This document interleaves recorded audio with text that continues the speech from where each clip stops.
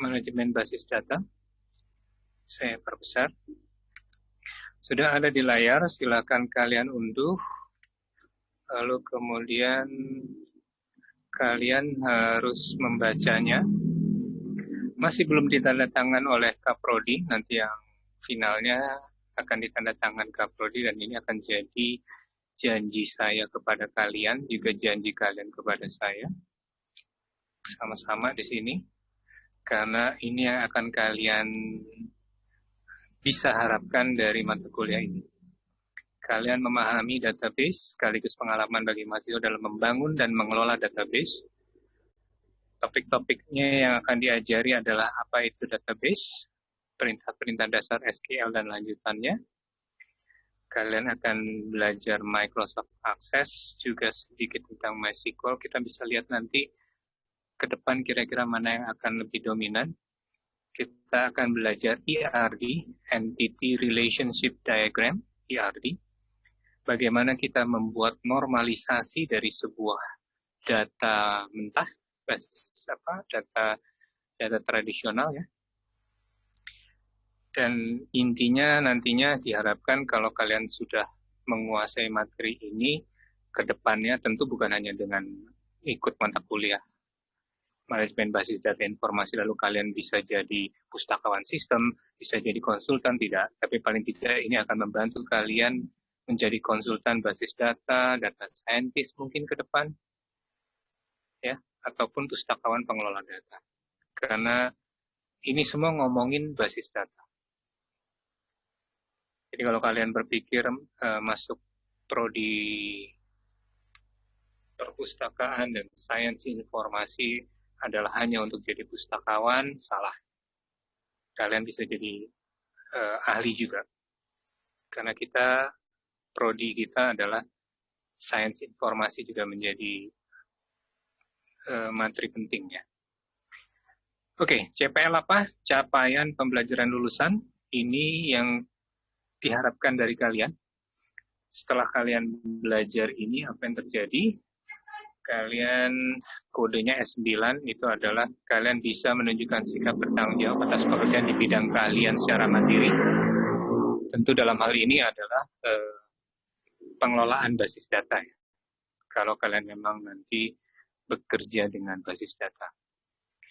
S16 ini standarnya YARSI Score, Smart Muslim, Compassionate Muslim, dan Reliable Muslim. Oke, untuk pengetahuan, silakan kalian baca. Saya tidak akan menjelaskan lagi satu persatu, kecuali nanti ada yang ditanyakan. Nah, kalau untuk mata kuliah ini sendiri, maka kalian mampu mengembangkan, mengimplementasi basis data dengan cara melakukan perencanaan, analisis desain, penerapan, pengujian, dan pemeliharaan sistem. Untuk apa? Untuk menghasilkan sebuah solusi yang relevan, akurat, dan tepat dengan kebutuhan pengelolaan Pusdok Info. Pusdok Info apa, Pak? Perpustakaan, dokumentasi, pusat data, dokumentasi, dan informasi. Itu Pusdok Info. Di dalamnya semua termasuk. Jadi kalau museum bisa masuk di dalam. Arsip bisa masuk di dalamnya. Itu Pusdok Info. Yang kedua, mahasiswa mampu melakukan manipulasi data pengolahan data atau basis. Manipulasi bukan berarti mengubah data sembarangan, tapi di sini dikaitkan dengan create, mengata, membaca data, mengubah data, dan menghapus data. Lalu kemudian mampu memodelkan informasi dan pengetahuan dalam bentuk basis data relasional dan dokumen. Ini nanti diwujudkan di tugas akhir kalian, yaitu kalian akan mencoba membuat sebuah aplikasi sederhana. Oke, materi yang akan kalian dapatkan, konsep basis data. Lalu kita akan belajar basis data relational, ini adalah basis data terstruktur. Sementara ada juga basis data dokumen. Nah, ini adalah basis data yang unstructured, tidak terstruktur. Lalu kalian akan belajar juga SQL, Structure Query Language, perintah-perintah untuk tadi memanipulasi data. Dan tentu akan ada sedikit pengindeksan karena basis data di ilmu kita itu banyak sekali berhubungan dengan indeks nantinya. Oke, bukunya Ari Nugraha, Pangkalan Data untuk Pengelolaan Lembaga Informasi. Coba kalian cari bukunya, sedapat mungkin kalian punya buku ini karena di sini saya terus terang hanya melihat buku yang membahas pangkalan data dalam perpustakaan. Itu buku ini yang paling terbaru dan buku ini yang paling mungkin paling lengkap, bukan paling lengkap sih, tapi cukup jelas gitu ya dibandingkan kalian belajar pangkalan data dari buku-buku yang digunakan oleh teman-teman kalian di teknik informatika misalnya.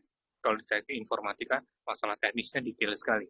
Tapi kalau dari sini di bukunya Ari Nugraha ini kalian akan lebih memang ditekankan pada basis data lembaga informasi. Dan ini pas dengan jurusan kita. Kalau kalian mau belajar yang mau nyaingin teman kalian di TI, ya silahkan. Ini ada buku Fundamental of Database System, bisa kalian baca. Ada juga YouTube, ini bisa dilihat YouTube-nya apa ya. Menarik. Ini terkait dengan MySQL. Ini adalah manual reference-nya. Lalu kemudian ada juga tentang Apache CouchDB. Nah, ini database yang berbasis dokumen, yang tidak terstruktur. Nah, bagaimana kita menstrukturkan sebuah basis data? Itu adalah bagian dari normalisasi, tahapan normalisasi basis data yang nanti kalian pelajari di pertemuan berikutnya. Tadi ada MySQL, saya masih agak ragu, masih saya pertimbangkan juga karena materinya masih saya bangun. Kalau sempat berarti kita akan coba memanfaatkan aplikasi basis data MySQL ini, CRUD-admin. Lalu kemudian kalau kalian pengen belajar lebih jauh, apa itu NoSQL atau database unstructured, silakan kalian baca ini. Kalau kalian mau belajar bagaimana menerapkan NoSQL, maka kita akan bermain-main dengan aplikasi yang namanya CouchDB. Itu punyanya Amazon, silakan dibaca juga penjelasannya. Ini bahasa Indonesia, tapi nanti saya akan berikan juga materi-materi berbahasa Inggris. Kenapa? Karena kadang-kadang kalau yang di bahasa Indonesia kan itu ceritanya bertele-tele, panjang. Karena bahasa Indonesia itu ternyata untuk menjelaskan satu hal mungkin butuh beberapa kata lebih banyak ketimbang bahasa Inggris. Jadi saya sarankan, mumpung kalian masih di semester kedua ini, untuk angkatan yang 2020, coba perdalam kemampuan bahasa Inggris kalian. Karena dengan kemampuan bahasa Inggris yang baik, kesempatan untuk belajar itu akan lebih besar. Di internet memang banyak, sudah banyak sekali materi-materi dalam bahasa Indonesia, tapi materi orisinilnya itu ternyata dalam bahasa Inggris. Alangkah baiknya kalau kalian belajar dari yang orisinil, dari yang asli. Karena kalau sudah diterjemahkan, berarti di situ ada subjektivitas dari si penerjemah dalam menerjemahkan kalimat-kalimat bahasa Inggris. Oke, itu lalu kalau mind map-nya kira-kira seperti ini. Kalian akan belajar konsep basis data, kalian akan merancang basis data. Untuk merancang, untuk membuat konsep, kalian akan perlu data manipulation language, DML, DDL, TCL, DCL, dan itu adalah sintaks-sintaks SQL yang harus kalian kuasai. Dan di sini kita akan belajar aplikasinya, software-nya, Microsoft Access, MySQL, dan CouchDB.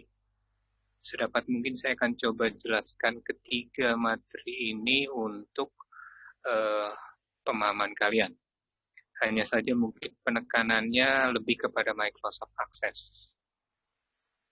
Penekanan utama ya. Oke, bisa kalian baca di sini. Kalian menguasai konsep basis data berkas tradisional.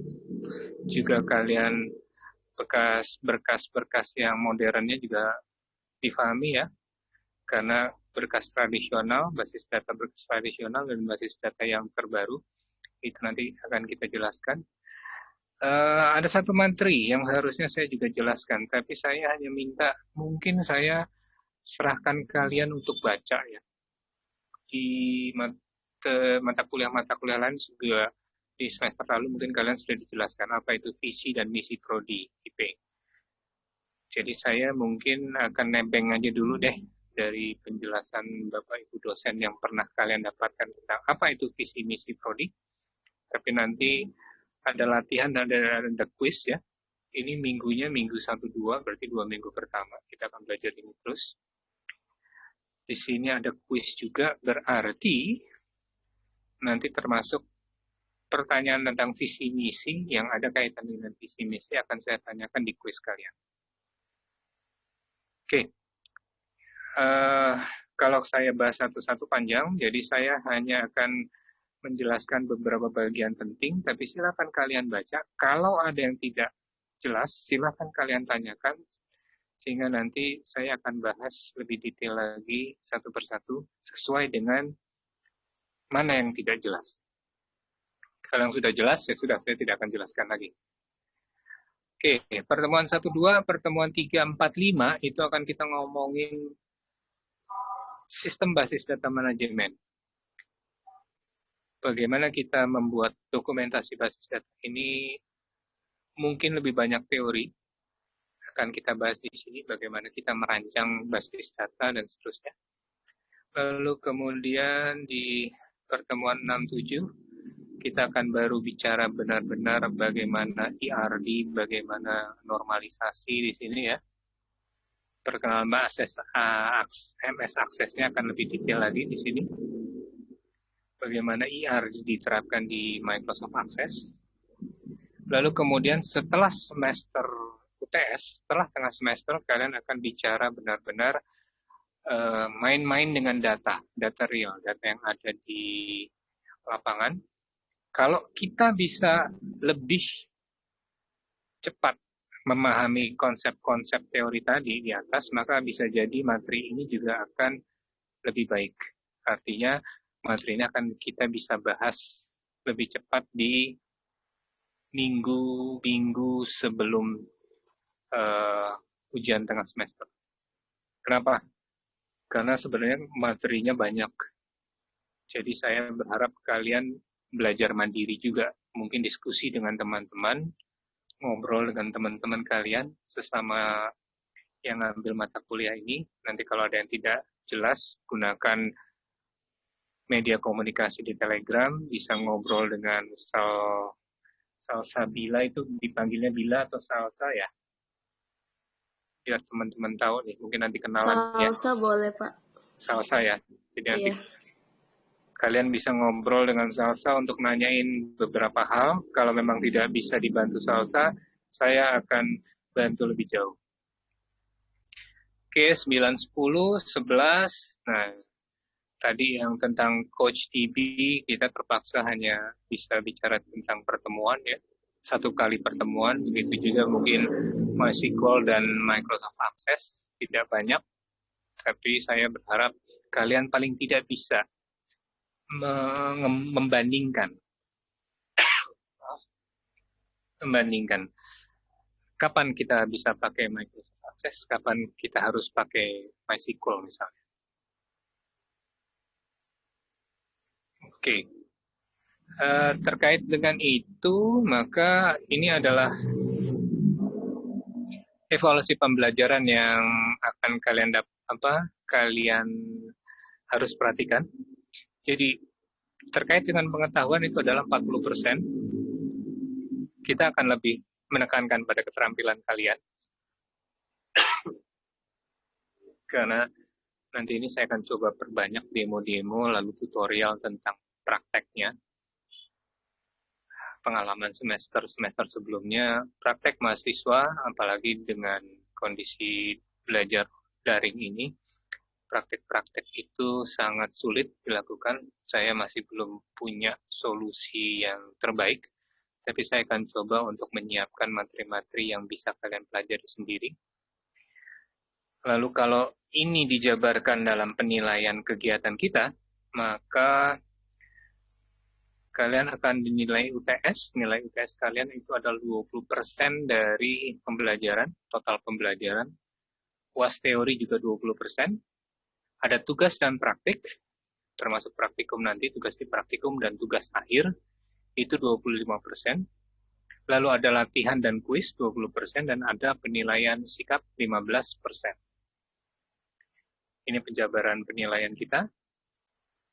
Lalu ada beberapa tugas yang kemarin sudah saya coba susun. Ini juga bagian dari materi sebelumnya di semester 4 ya. Sekarang kita pindah ke semester 2. Jadi tugas 1, kalian paling tidak harus bisa membuat diagram, dokumen, proses bisnis kegiatan. Kenapa? Karena bikin database, kalian nggak paham apa bisnis kalian, apa prosesnya, apa tahapannya, maka tidak mungkin kalian bisa menyusun sebuah pangkalan data, sebuah basis data yang handal untuk mendukung kegiatan bisnis kalian. Saya bicara bisnis bukan berarti bisnis ini artinya jualan. Bisnis ini adalah kegiatan dari organisasi. Organisasi Universitas Yarsi, bisnisnya apa?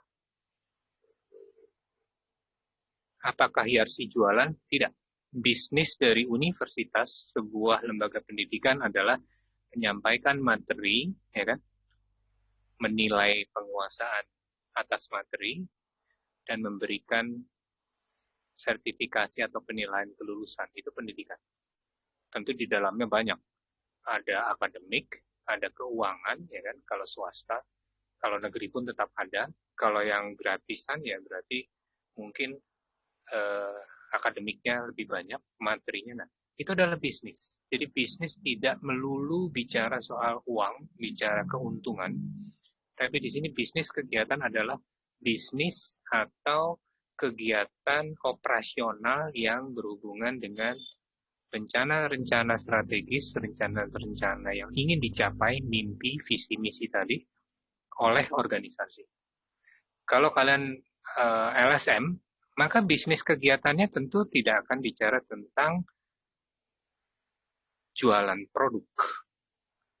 Mungkin akan bicara tentang advokasi, bicara tentang bagaimana program-program ini bisa dimanfaatkan oleh seluas-luasnya masyarakat, anggota masyarakat kalian misalnya. Dan itu LSM. Tetap bisnis, yaitu memberdayakan masyarakat, karena LSM-nya adalah visi misinya bisa memberdayakan masyarakat.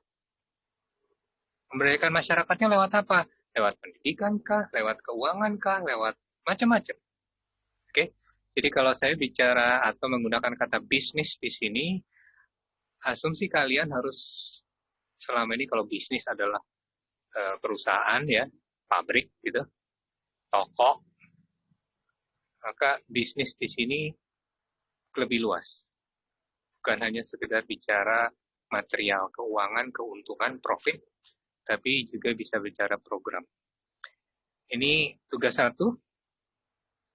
Kita akan bahas lebih banyak lagi. Tugas 2, bagaimana kita basis data flat, kita analisis. Ya. Lalu kemudian kalian juga dari tabel yang flat tadi, bagaimana dinormalisasikan supaya bisa dikelola dengan aplikasi RDBMS. Lalu kemudian kita bicara tentang normalisasi tahapannya satu persatu dibahas di tugas dan latihan ini. Dan nanti di tugas akhir, yang ini juga akan bagian dari UAS praktikum. Jadi nilai kalian di tugas akhir ini adalah bagian dari UAS praktikum. Kita mungkin tidak akan mengadakan UAS praktikum, tapi kalian harus menyerahkan tugas akhir. Tugas akhirnya bisa mulai kalian cicil kerjaannya itu dari mulai pertengahan semester nanti. Karena dari sana sebenarnya materinya sudah bisa dimulai digarap oleh kalian. Oke, ada data bencana BNPB. Nanti kita lihat lagi, mungkin data bencananya kita rubah dengan data COVID, data penyebaran pandemi. Oke, itu sementara draftnya yang akan kita bahas sampai dengan akhir semester. Dokumennya silakan diperhatikan lagi. Semua ada di sini. Kontrak kuliah harus kalian setujui kalau kalian ingin melanjutkan. Memang pada pertemuan kita kali ini di pengantar pangkalan data kalian tidak perlu kontrak kuliah, tidak apa-apa. Tapi nanti kuliah berikutnya kalian harus sudah menyetujui ini. Terkait dengan tadi akses, di sini ada buku PDF yang saya temukan di internet, Akses 2010. Ini bahasa Inggris yang dikeluarkan oleh Microsoft. Jadi kalau kalian mau belajar Microsoft Access lebih detail, buku ini harus kalian ambil. Oke, di Telegram ada pertanyaan ya. Dari saya ada polling. Siapa yang sudah punya MS Access versi berapa? Yang belum. Saya menemukan ada lumayan banyak ya. Ada sekitar berapa? 10, hampir 10%. 10% itu berarti kalau dari 60 ada 6 mahasiswa yang tidak punya Microsoft Access di komputernya. Pertanyaan saya, maka kemudian apakah kalian semuanya punya komputer di rumah atau laptop? Karena kalau sampai kalian tidak punya komputer atau laptop di rumah, maka saya khawatir kalian akan sangat kesulitan untuk mengikuti mata kuliah ini. Jadi saya minta kalau buat kalian sebentar, mata kuliah manajemen, oke. Nah, di sini 8% ya. Saya sharing sebentar.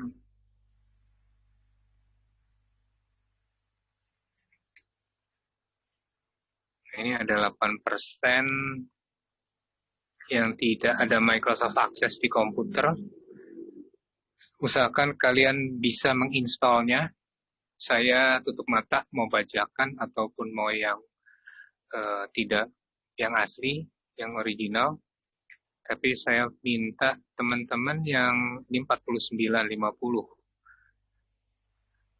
Teman-teman yang masih belum punya Microsoft Access di komputernya, saya harapkan mulai memikirkan gimana caranya, karena nanti di akhir praktikum, untuk puas praktikum, kalian akan membuat aplikasi basisnya Microsoft Access.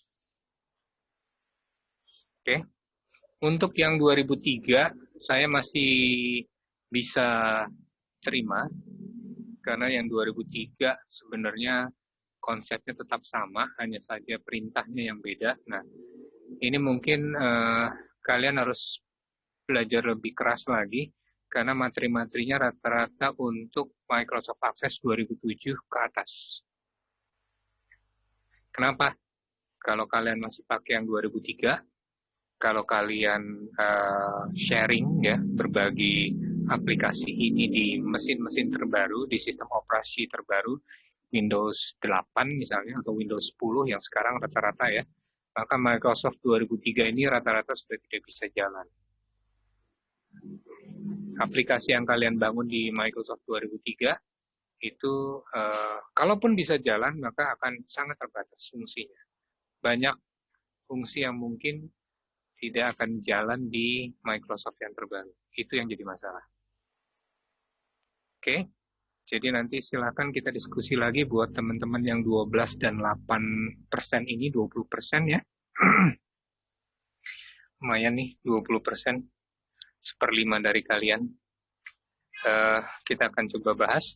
Kalaupun tidak, berarti mungkin saya akan, ini mungkin saya terpaksa memaksa kalian yang tidak punya Microsoft ataupun kalian yang tidak bisa mengakses aplikasi Access 2007, tidak punya akses ke sini, maka kalian terpaksa berbasisnya basis MySQL sebagai produk program output dari tugas akhir kalian.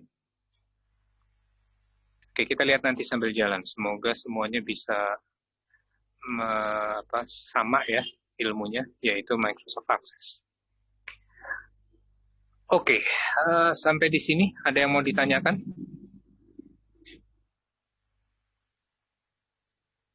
Masih cukup jelas penjelasan saya atau terlalu cepat penyampaiannya? Jelas, Pak. Oke. Lanjut, dari layar kita akan masuk ke materi kita hari ini. Jadi tadi penjelasannya. Oh ya, visi misi ada di sini ya, di dashboard. Ada di all courses. Kalau kalian klik, ini kalau saya buka.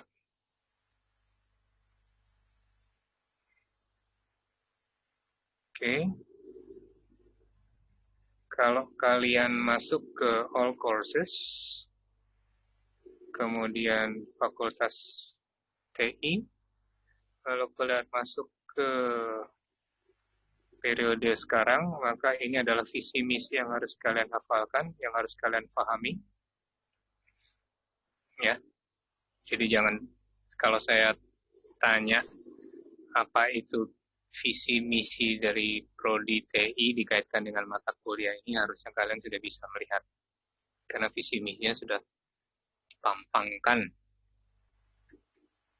di mana-mana. Oke. Kita masuk ke presensi. Praktek dan presensi jangan lupa harus kalian centang, output terakhirnya harus ada di sini. Karena nanti absensi kalian oleh DPT dilihat dari presensinya dan praktik. Kalau sampai ada mata kuliah atau materi yang tidak tercentang, maka kalian dianggap tidak absen. Oke, nah ini saya berikan 2 contoh aplikasi untuk yang akses 2003 dan akses 2007 atau yang lebih baru ya.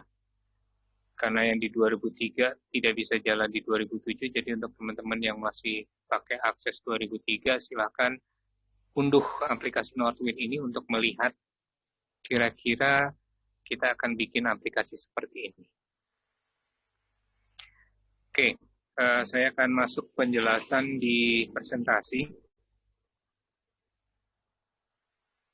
Jadi, pengantar basis data kita. Apa sih basis data? Ada beberapa istilah ya, basis data. Atau juga kadang-kadang orang nyebutnya pangkalan data.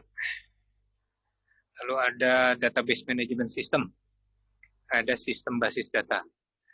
Jadi kalau basis data ini adalah kumpulan data yang terintegrasi. Ingat ada kata terintegrasi di sana. Jadi ada hubungan yang erat antara data-data di dalamnya. Kenapa? Karena data-data itu dipakai organisasi untuk memenuhi kebutuhan. Kebutuhan para pemakai. Nah, pemakainya siapa? Kalau organisasinya itu adalah jual beli, maka pemakainya tentu yang penyedianya, penyedia barang, supplier, lalu manajerialnya yang mengelola transaksinya, dan juga pemakainya adalah pembelinya, data pembeli.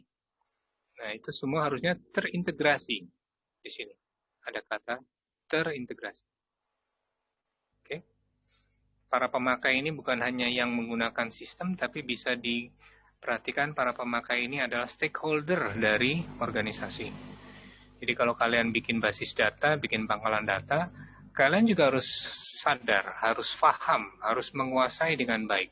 Apa kebutuhan dari para pemakai basis data tadi?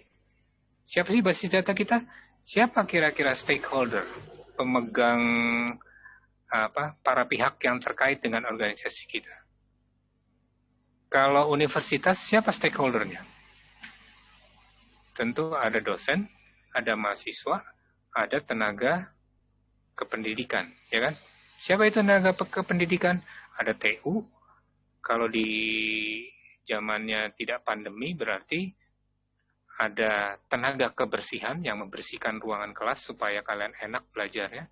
Dan itu adalah para pemakai basis data. Memang pemakai basis data levelnya beda-beda. Kalau manajemen, pengelola organisasi, pelaksana organisasi tentu aksesnya akan lebih besar ketimbang hanya mahasiswa. Antara dosen dan mahasiswa itu juga beda kan? Nah, di situ semua adalah terintegrasinya. Jadi desain dari rancangan dari basis data kita tersusun sedemikian rupa dengan memperhatikan hal-hal tersebut.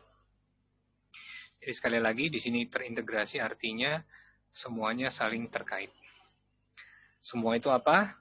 Stakeholder, kebutuhan stakeholder bisa terwakili dalam basis data kita.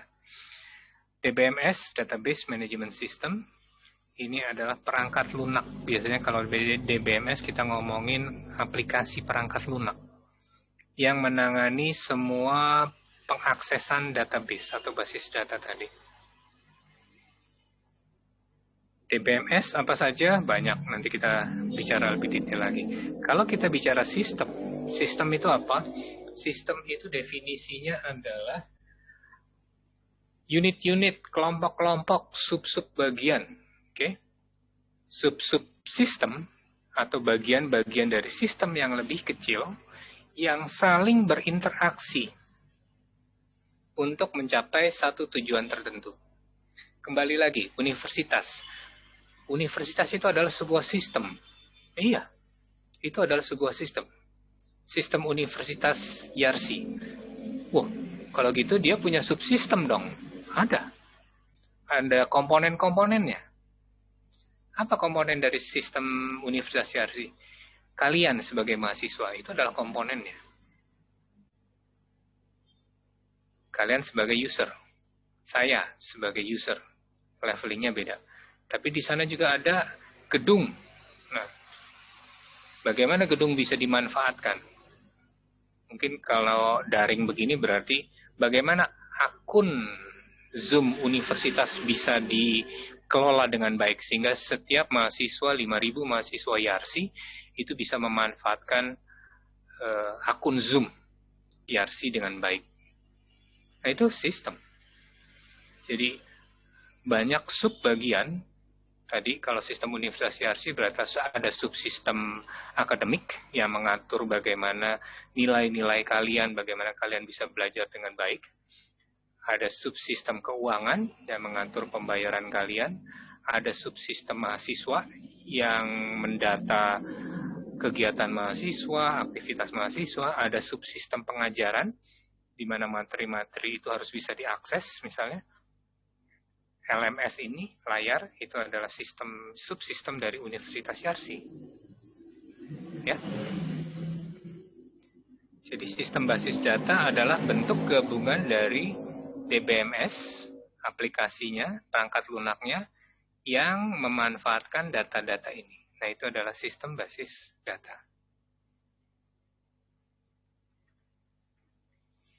Nah, di sini, kalau bisa dilihat, maka kalau kalian sebagai user, saya juga user. User apa? Database Universitas Yarsi.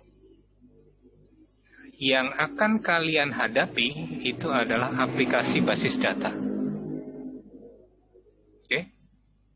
Yang kalian lihat di layar itu adalah aplikasinya, penerapannya, softwarenya. Nah, software apa? Software SysAcad misalnya. Software layar, nah itu adalah software yang kalian lihat, itu adalah aplikasinya. Kemudian di balik aplikasi itu ada server, DBMS, ada sistem.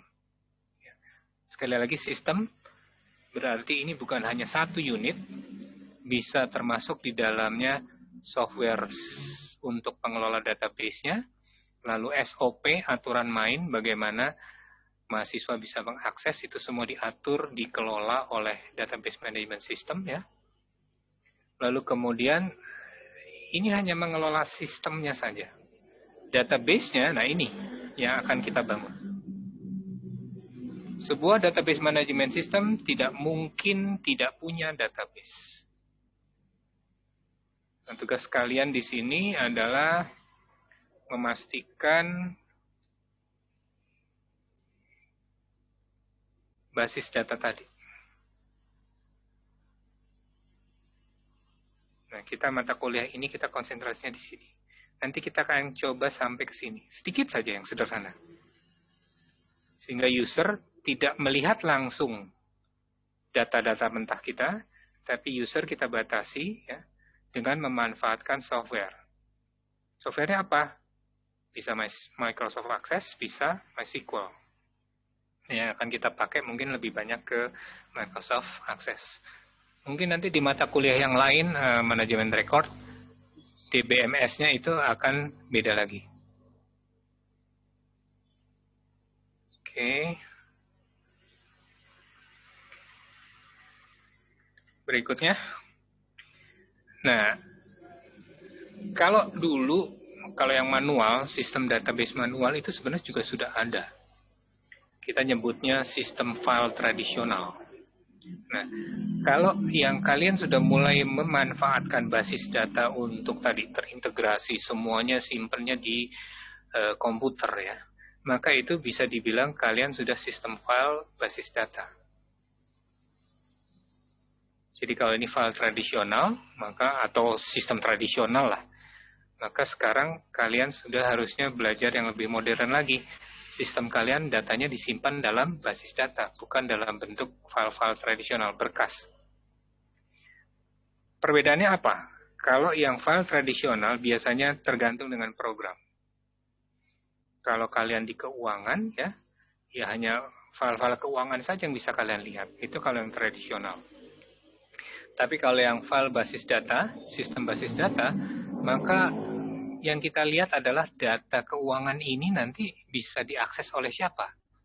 Tentu mahasiswa harus juga tahu bahwa setoran saya itu sudah masuk belum di sistem keuangannya YARSI. Apakah kalian bayar uang kuliah lalu kemudian kalau kalian lihat kalian tidak bisa memantau apakah status saya sudah bayar atau belum, nah itu kan nggak lucu tuh. Jadi kalau sistem basis data harusnya basisnya datanya, orientasinya. Data ini kira-kira akan bisa diakses oleh siapa? Sementara kalau di sini, oh ini data keuangan, oh ya bagian keuangan saja yang bisa melihat. Mahasiswa kalau di file tradisional, oke, kalau gitu saya mesti datang ke bagian keuangan gitu kan. Bu email, saya pengen tahu status bayaran saya seperti apa ya. Kalau dengan sistem basis data, maka harusnya buka aplikasi SysAkat, data keuangan kalian juga harus bisa kelihatan secara otomatis. Karena tadi, terintegrasi. Dengan sendirinya, file tradisional kaku. Wah, itu datanya ada di bagian akademik. Ya udah, kluk, kalian harus datang ke TU, ketemu lagi dengan Mas Slamet misalnya. Mas Slamet, ini katanya laporan saya kok begini ya. Tapi kalau dengan basis data, harusnya data akademik kalian terintegrasi dengan data keuangan. Dan di sini artinya file tradisional itu akan terjadi pengulangan berkali-kali. Di bagian keuangan ada nama kalian, NPM kalian dicatat lagi untuk data transaksi keuangan kalian, untuk data bayaran semester kalian. Begitu di bagian akademik, nama kalian dicatat. Siapa namanya? Oh iya, nomornya mana? Alamatnya di mana? Di akademik pengajaran mungkin perlu diketahui juga orang tuanya siapa. Tapi di keuangan mungkin orang tua nggak perlu dicatat ya, namanya cukup alamat. Nah, jadi akan ada banyak pengulangan di sini. Nah, kalau dengan basis data, maka pengulangan data bisa terkontrol dengan baik.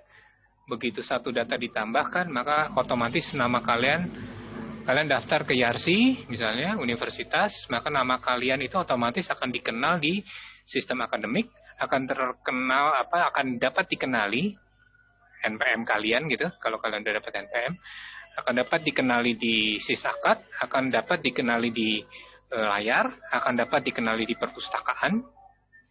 Sehingga dengan nomor NPM, semua layanan kalian bisa dilayani. Nah, ini perbedaan tadi ya, perbedaan dari kedua sistem tadi.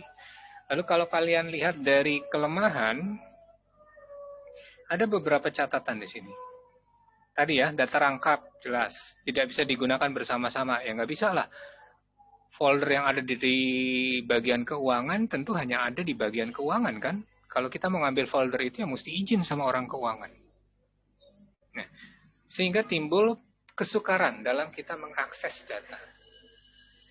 Ya tadi, balik lagi, jadinya tidak fleksibel. Bisa jadi tidak terstandar. Oke, namanya Muhammad Al-Frizi. Di bagian akademik ditulisnya lengkap. Muhammad double M Al-Frizi. Tapi di bagian keuangan, karena sistemnya terpisah, ditulisnya M Al-Frizi. Begitu dicari, bagus kalau disingkatnya M Al-Frizi. Kalau disingkatnya Muhammad A, lalu nanti ada Muhammad Agus, Muhammad Abbas, semuanya sama, Muhammad A. Di sini tidak ada standar di sistem file tradisional. Nah, di basis data itu bisa diatasi dengan sistem tadi. Karena kita bisa bangun sistem, begitu namanya masuk, M Al-Frizi, maka kalau dicari Al-Frizi ya ketemu, Muhammad ya ketemu. Nggak peduli mau disingkat M atau apa, NPM-nya berapa. Dengan NPM semuanya ketemu, karena NPM unik. Meskipun sama-sama Agus, tapi ini Agus yang mana nih? Agus angkatan 2020, angkatan 2019, atau angkatan 2017. Nah, kalau pakai NPM kan bisa. Nah, dengan ada basis data seperti tadi, beberapa kelemahan ini bisa diatasi. Tapi, ada tapinya juga. Sistem file basis data butuh storage, butuh tempat simpan yang besar. Karena setiap transaksi harus disimpan. Dan untuk tadi, mengelola basis data, kita perlu tenaga yang ahli. Nggak bisa sembarangan orang bikin basis data. Karena dia harus paham tadi, bisnis organisasinya. Bagaimana mengintegrasikan kepentingan seluruh.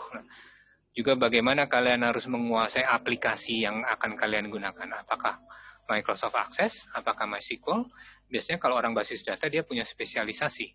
Nggak mungkin seorang ahli basis data itu menguasai semua DBMS, semua aplikasi DBMS. Jadi di sini ada spesialisasi. Softwarenya mahal, iya. Semakin besar data yang dikelola, maka akan membutuhkan software yang semakin canggih, yang memang spesifik, punya kebutuhan khusus. Nah, harganya juga makin khusus. Kalau kalian bicara itu DBMS, RDBMS, Relational Database Management System, itu ada yang harganya untuk satu license, itu harganya sama dengan satu mobil Avanza. Jadi nggak main-main, softwarenya mahal. Tapi memang kemampuannya besar. Nanganin data sampai jutaan data, nggak ada masalah buat dia. Tapi nanganin data jutaan nggak mungkin pakai komputer sembarangan kan?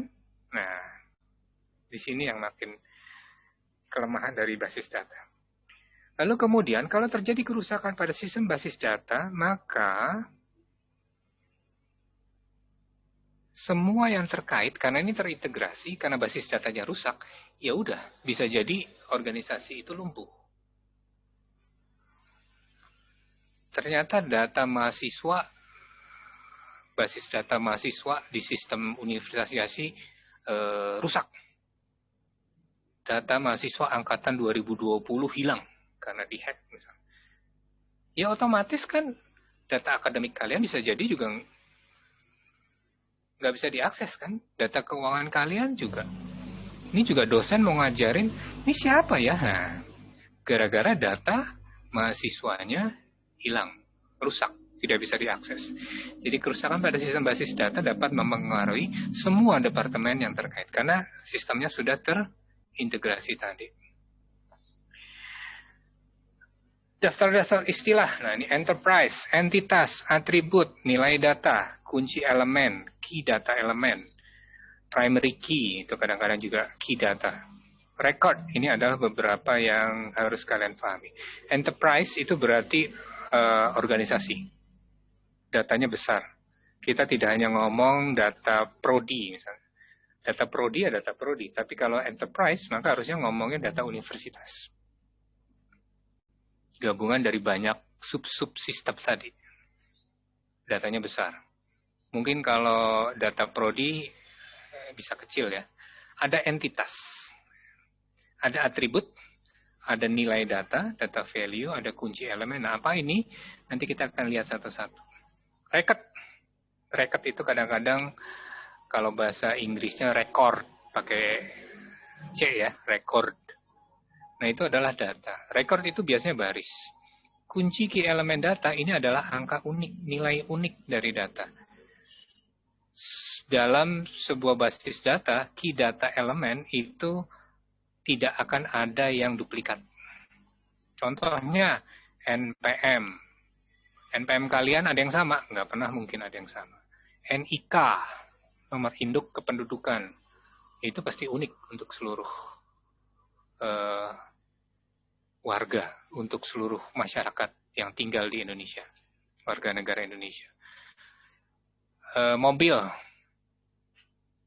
nomor mobil, nomor polisi mobil, itu pasti unik untuk sebuah, hanya berlaku di, hanya ada untuk mobil tersebut. Mobilnya sama, tapi nomor mobilnya pasti unik. Itu adalah key data. Nilai datanya, nah itu adalah value-nya. Kalau dibilang datanya nopol, berarti nomor polisi. Datanya NPM. Nah, NPM-nya berapa? NPM-nya adalah 15.020.20.001. Nah, itu adalah nilai dari data, data value. Atributnya, nah ini kita belajar lagi lebih panjang. Nih. Jadi kalau enterprise itu adalah gabungan dari banyak data, data akademik, data mahasiswa, data penelitian, maka itu adalah enterprise. Tidak hanya satu data saja. Nah, entitas itu kadang-kadang disebut juga tabel kalau di database. Ini MKUL, berarti mata kuliah ya. Mata kuliah. Ini adalah data mata kuliah kita. Nah, di data mata kuliah kita punya atribut. Atributnya adalah field, adalah kolom. Untuk atribut mata kuliah itu adalah KDMK. Oh, ini adalah kode mata kuliah. Lalu ada MT kuliah. Oh, mata kuliah ini berarti teks tentang apa? Kata-kata dari judul dari mata kuliahnya. Lalu kemudian ada atribut SKS yang menjelaskan berapa jumlah SKS dari mata kuliah tersebut. Nah, SKS, mata kuliah, KDMK, ini adalah atribut. Atribut dari apa? Atribut dari entitas. Entitasnya apa? MKUL, mata kuliah. Kalau di database, maka entitas ini kadang-kadang orang nyebutnya sebagai tabel.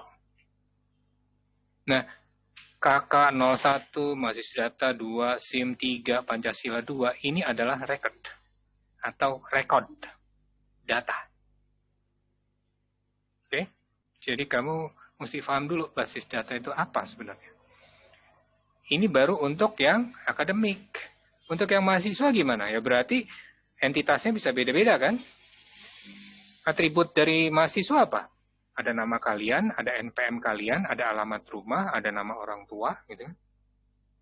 Untuk penelitian beda lagi.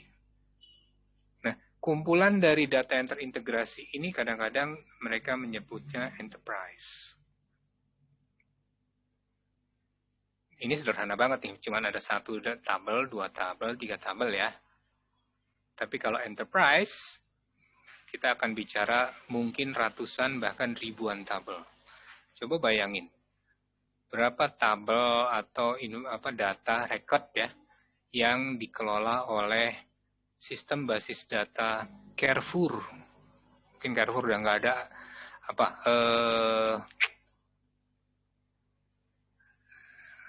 supermarket yang gede, Giant juga udah banyak yang tutup. Carrefour itu dunia loh. dari Prancis asalnya. Bayangin enterprise kantor pusatnya Carrefour, waktu dulu ada Carrefour di Indonesia, berarti data Carrefour Indonesia, penjualannya, transaksinya setiap menit, setiap detik, itu harus bisa dikontrol sama kantor pusat. Bisa dipantau, bukan dikontrol ya, diawasin mungkin. Nah, itu adalah data enterprise. Jadi kita bicara enterprise ini datanya gede banget. Oke, komponen. Kalau dalam basis data, maka kita akan punya data, komponennya. Nggak mungkin basis data nggak ada datanya. Datanya bisa terintegrasi dan bisa dipakai bersama-sama. Itu tadi ciri-ciri dari komponen data di basis data ya. Lalu kemudian untuk basis data, maka nggak mungkin kita ngomongin basis data tanpa hardware, kita nggak mungkin bicara basis data tanpa softwarenya, dan kita tidak mungkin bicara basis data tanpa pemakai. Kenapa kamu bikin database tabel dengan atribut 1, 2, 3, 4 tadi? Karena ada yang pakai data tersebut. Kalau data itu nggak ada yang pakai, ya ngapain kita bikin datanya? Betul nggak? Ngapain kita ngumpulin data yang tidak terpakai, yang tidak akan pernah digunakan? Jadi ini adalah komponen basis data. Ada data, harus ada hardware, software, dan pemakai. Software bukan hanya berarti aplikasi.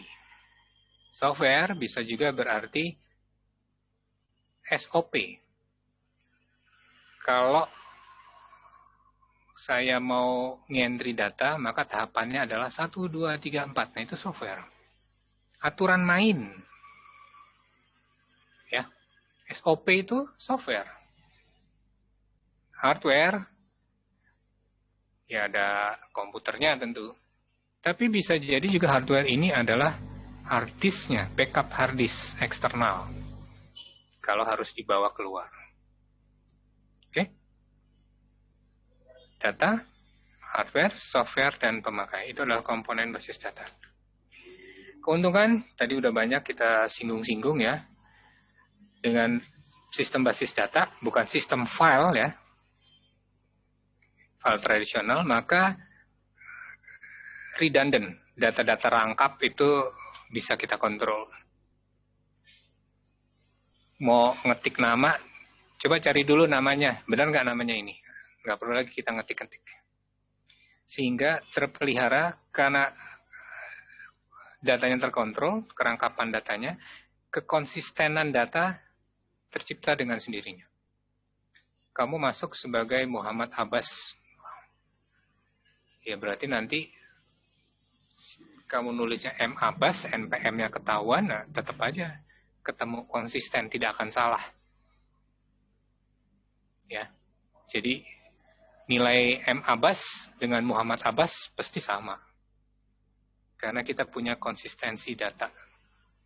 Oh, gimana caranya? Tadi ada key elemen data. Data dapat dipakai bersama-sama, data dapat distandarisasikan. Jadi sekarang kalau mau nama kalian itu nulisnya seperti apa sih? Muhammad Abbas, ada first name, last name, middle name, atau satu blok, satu field doang, satu kotak doang, Muhammad Abbas, mau pakai M, mau pakai ini. Kita bisa bikin standarisasi. Berarti kalau nama itu harus ada first name, middle name, sama last name. Nggak boleh nggak ada. Sehingga keamanan data dapat terjamin, integritas data terpelihara, dan ini, independence data. Kita akan bicara lebih jauh lagi tentang independence data ya nanti. Datanya mandiri, berdiri sendiri. Jadi kalau entitas ini ya udah pasti dia utuh di situ. Tinggal data itu nanti dipakai untuk orang lain atau tidak. Nah ini sharingnya. Data independence. Strukturnya tidak akan berpengaruh banyak. Nah kerugiannya apa? Tadi udah diliput sebagian. Spesialis, software yang mahal, kerusakannya mempengaruhi semua. Satu data rusak, maka semuanya akan terpengaruh karena terintegrasi. Siapa yang pakai basis data? tadi usernya siapa, pemakainya siapa. Maka ada sistem engineering. Ini ada yang ngomongin komputer, hardware dan segala macamnya, sistem engineering. Lalu kemudian ada DBA, database administrator. Ini yang akan mengelola basis datanya, ya. Menganalisis, oh, ini strukturnya nggak bener nih, strukturnya bikin apa? Softwarenya kerjanya terlalu lambat, menghabiskan resources banyak. Nah, ini statistical analysis rutin. Ini adalah DBA. Ada programmer dan ada end user. Kamu nanti DBS kalau sudah menguasai ini, paling tidak kamu bisa kerja di sini dan di sini. Itu harapannya. Utamanya adalah di sini. Tentu untuk belajar ini kalian perlu ilmu lagi. Tapi paling tidak kalian kalau mau jadi DBA udah tahu di mana sih posisi saya, apa yang harus saya kuasai. Nah, dengan adanya basis penguasaan basis data ini, mau jadi DBA tentunya harusnya lebih mudah. Begitu juga kalau jadi programmer. Programmer yang berhubungan dengan aplikasi basis data ya. Programmer kan ada game programming, programmer yang lain gitu kan. Nah, ini programmer software untuk pengelolaan basis data. Ini adalah para penggunanya. Nah, kalau bicara tentang basis data, maka kita akan bicara tentang arsitekturnya dulu. Kita harus pahami dulu arsitektur sebuah basis data. Dari basis data itu ada 3 layer, 3 lapisan. Yang pertama internal, berkenaan dengan penyimpanan secara fisik, physical layer. Dan physical layer ini yang ngatur si software. File ini mau disimpannya di hard disk yang mana? Bayangin kalau hard disknya itu bukan hanya 1, 2, 3, 4, tapi ratusan hard disk gitu kan. Oh, file mahasiswa itu disimpan hard disk nomor 209.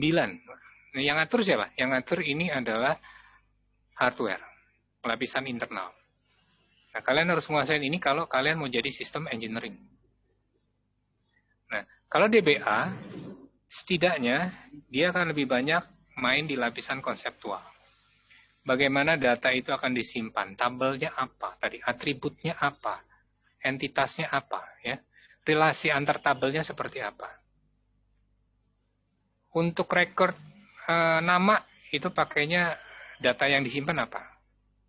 Pakai numerical atau alphanumerik, ya, string atau teks atau numerik doang. Nah, ini adalah lapisan konseptual.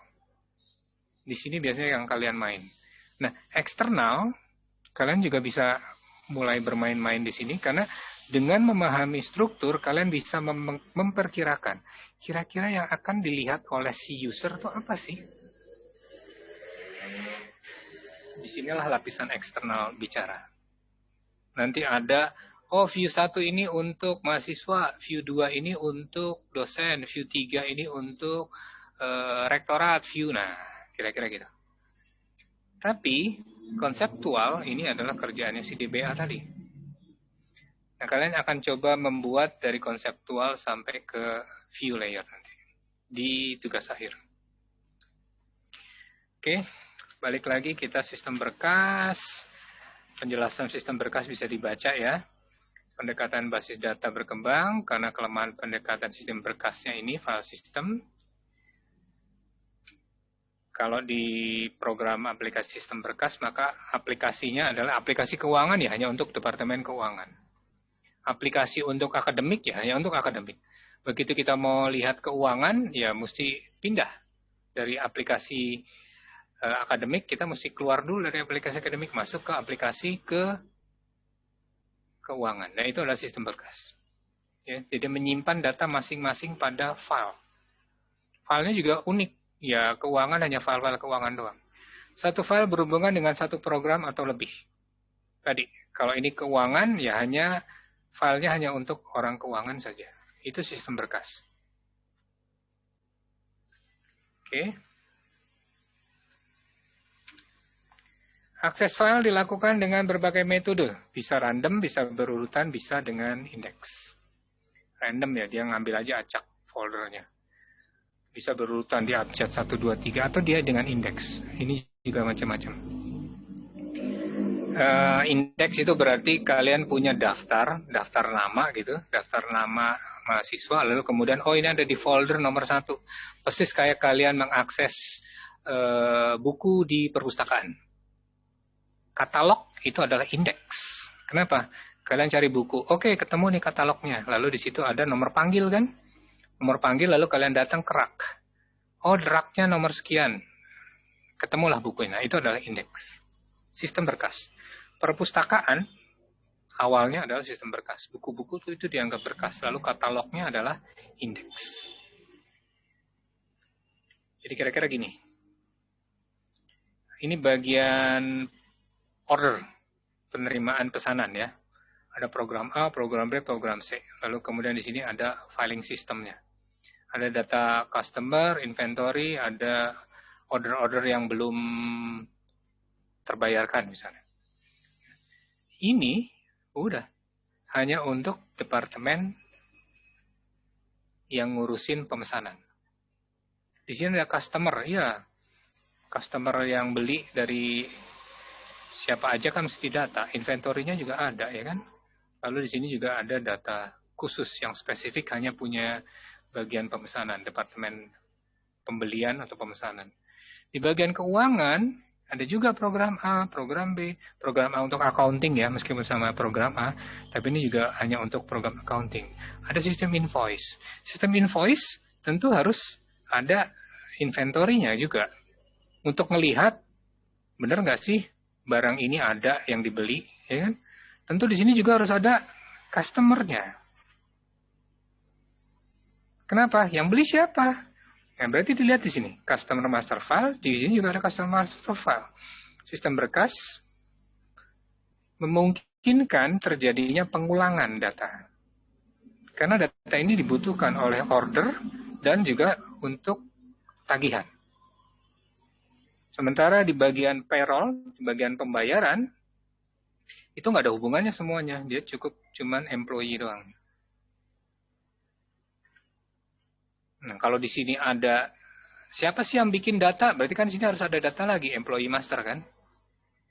Ini siapa nih yang nerima pembayarannya? Datanya siapa? Staff kita. Berarti harus ada staff bagian departemen ya, employee tadi kan? Di sini juga ada siapa yang ngelayanin terhadap pesanan si X. Kalau mau ditelusur balik, berarti employee master file harus ada di 1, 2, 3 departemen ini. Karena sistemnya berkas. Jadi masing-masing terpisah. Nah, tadi duplikasi data. Sekali lagi, gara-gara tadi duplikasi data, ketergantungan program data. Jadi program A itu di Departemen Keuangan ya hanya untuk file-file yang di Departemen Keuangan tadi, pembayaran. Datanya kurang terstruktur karena biasanya kalau di sini sistem berkas itu flat table dan biaya pemeliharaannya tinggi. Kenapa tinggi? Gara-gara berulang kalau customer pindah alamat. Customer pindah alamat berarti kita mesti ngerubah di beberapa tempat. Kalau ada penambahan data employee, data pegawai baru, berarti di 3 sistem tadi kita mesti ubah. Ya kan? Jadi pemeliharaan biaya tinggi dan ini menjadikannya sulit lama untuk dikembangkan. Karena kita mesti ngulang-ngulang untuk setiap divisi, bikin lagi sendiri. Untuk setiap divisi, untuk setiap domain, bikin lagi sendiri. Gara-gara modelnya berkas, juga kita jadinya sulit berbagi data. Ketergantungan program dan data. Tadi ya, setiap program aplikasi harus memiliki data sendiri. Hal ini memungkinkan terjadinya duplikasi data. Setiap program aplikasi ada fasilitas pengolahan metadatanya untuk setiap file, implisit maupun eksplisit. Setiap program aplikasi juga fungsi baca, tulis, ubah. Tidak ada koordinasi. Kalau yang satu departemen lagi menulis, maka harusnya departemen lain nggak boleh ngerubah kan. Misalnya ada data baru, data pembeli berubah. Nah, ini gimana? Kalau pembeli berubah, maka yang lain berubah juga. Harus ada koordinasi data. Dan membakukan format-formatnya itu akan sangat sulit. Oh, saya perlunya cuma ini doang, jadi saya hanya butuh atribut 1, 2, 3 field saja yang untuk customer. Sementara untuk yang lain, wah saya butuhnya sampai 10 field nih untuk customer. Gimana kita membakukan format tadi? Gara-gara berkas, maka duplikasi data, boros, ya kan? Datanya double-double disimpan. Pemeliharaan jadi sulit tadi. Permasalahan terbesarnya adalah perubahan data di salah satu file menimbulkan inkonsistensi. Dan artinya akan merusak integritas data. Maka solusinya adalah pendekatan basis data. Pusat data repositori bagi organisasi semua dikumpulin jadi satu, datanya dikelola oleh suatu sistem pengendali unik, satu juga, formatnya yang mudah difahami oleh semua orang. Nah ini jadinya. Ada aplikasi 1, 2, dan 3, ya. Ini bagian order, ini bagian pembayaran, ini bagian staff. Semuanya dikelola oleh DBMS sistem dan basis datanya cukup satu saja. Operating system. Sebagaimana operating system mengelola sumber daya perangkat keras. Kalau di komputer, maka Windows kita, operating system kita ngatur apa? Ngatur hard disk, ngatur sound card, ngatur network, ya kan? Semuanya diatur sama si operating system. Nah, kira-kira gitulah. DBMS itu sama dengan operating system, tapi untuk basis data yang terpusat, yang terintegrasi. Satu dirubah, maka aplikasi 2 dan 3 otomatis bisa melihat perubahan, ya kan?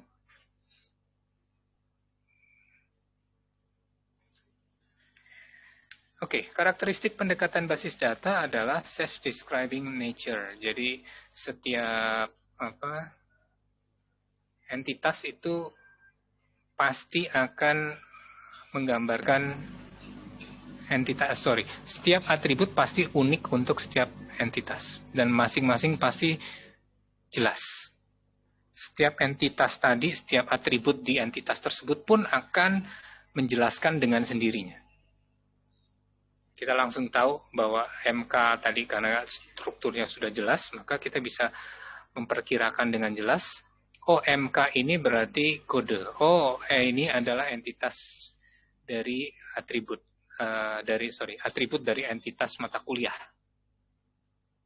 Jadi semuanya akan tergambarkan dengan sendirinya, self-describing. Antara program dan data nggak ada hubungan. Jadi kalau kita ngerubah program, datanya nggak perlu dirubah. Datanya berubah, aplikasinya juga nggak perlu berubah. Tapi kalau tadi dengan file, maka bisa jadi datanya berubah, software-nya juga harus dirubah. Gara-gara terintegrasi tadi, layernya ada 3, maka satu data bisa punya banyak tampilan, view. Sharing data, multi-user transaction, itu bisa dilakukan. Pada saat yang bersamaan, dia memesan order, ya, melakukan order, tapi pada saat yang bersamaan juga, kita bisa ngecek bagian keuangan, dia sudah bayar atau belum. Ya kan? Pada saat yang bersamaan, di bagian staff bisa ngelihat, oh si A sedang melayani customer si X. Ini self-describing nature. Karena terstruktur, semuanya sudah clear. Kalau unstructured, kita nggak tahu nih hubungannya apa antar dokumen, antar atribut, antar entitas. Dan kemudian metadata mendeskripsikan struktur basis datanya harusnya ada kalau di basis data.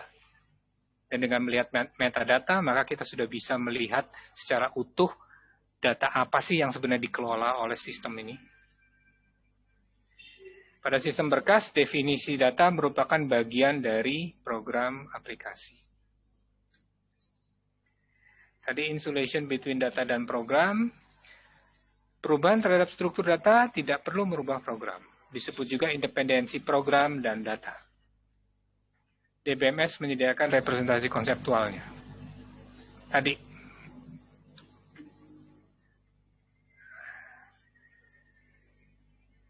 Oke. Silakan, Salsa. Pengguna programmer tidak perlu mengetahui bagaimana DBMS menyimpan data secara fisik pada disk atau file. Kenapa? Ya udah serahin aja sih DBMS yang ngerjain.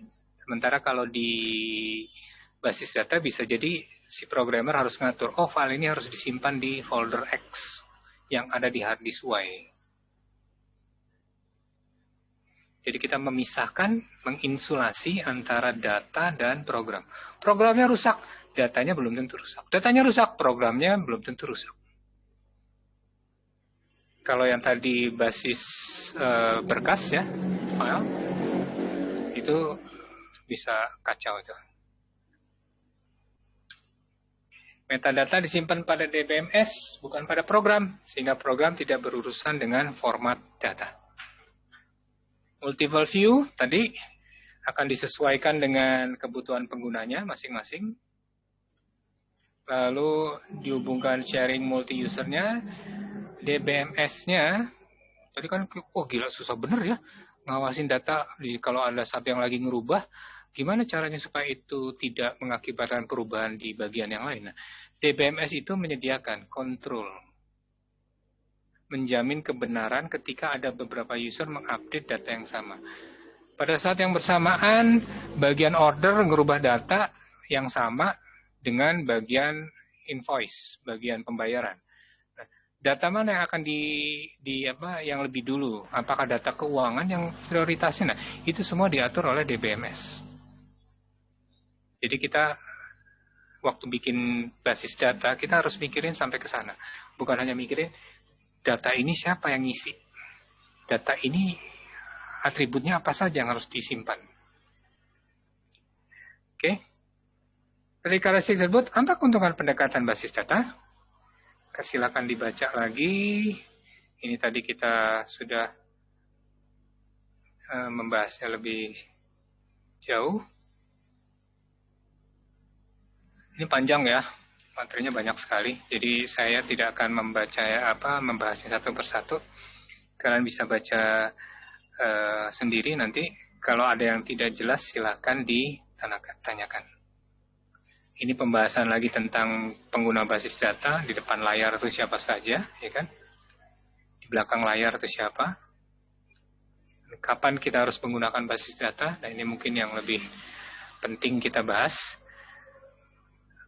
Data berupa data bisnis itu jumlahnya besar dan perlu diupdate. Nah, barulah pada saat itulah kita wajib menggunakan basis data.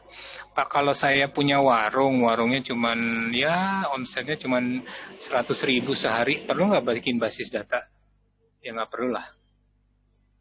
Tapi kalau mau bikin catatan, silahkan. Kapan kita perlu menggunakan basis data? Kalau data-data yang dikumpulkan itu ternyata banyak yang sama, banyak yang homogen. Oh, data di bagian keuangan ini ternyata sama dengan di bagian tagihan. Ya, mungkin kita perlu basis data di situ supaya satu data bisa diakses oleh bagian keuangan dan bagian bayaran. Kalau data relevan untuk jangka waktu yang cukup lama, data ini akan terus dipakai, maka sebaiknya basis data. Apalagi data itu di-sharing simultan oleh banyak pengguna. Maka disitulah kita mungkin perlu memikirkan, oke, inilah saatnya kita membangun basis data. Jika basis data dan aplikasi sangat sederhana, terdefinisi dengan baik, tidak akan berubah, maka basis data akan kita rasakan penting. Ya. Kembali. Kalau datanya sederhana, maka kita mungkin tidak perlu menggunakan basis data. Catat aja manual, kayak buku-buku kalau dulu zamannya di pasar itu, ibu-ibu warung cuma apa sih yang dijual cuma di atas buku kan. Nggak perlu belajar basis data kalau memang sangat sederhana, terdefinisi dengan baik, dan itu tidak akan berubah. Tapi kalau berubah-ubah terus, Adanya kebutuhan real time, terutama yang rigid. Saat ini juga kita harus bisa memantau penjualan Indomie yang ada di seluruh Indonesia. Itu kebutuhannya dari manajerial Carrefour, manajerial Giant. Nah, udah pasti itu harus perlu basis data, nggak mungkin. Oke? Tapi DBMS itu punya overhead, punya apa ya? Punya ongkos di awal. Kalau ongkos di awal ini ternyata lebih besar daripada kebutuhan kita, maka kita nggak perlu. Karena DBMS ini kan tadi biayanya gede dan segala macam ya, perlu tenaga spesialis gitu. Dan kalau real time pakai DBMS itu tentu akan lebih rumit lagi kebutuhan. Nah, disitulah kita mungkin tidak perlu.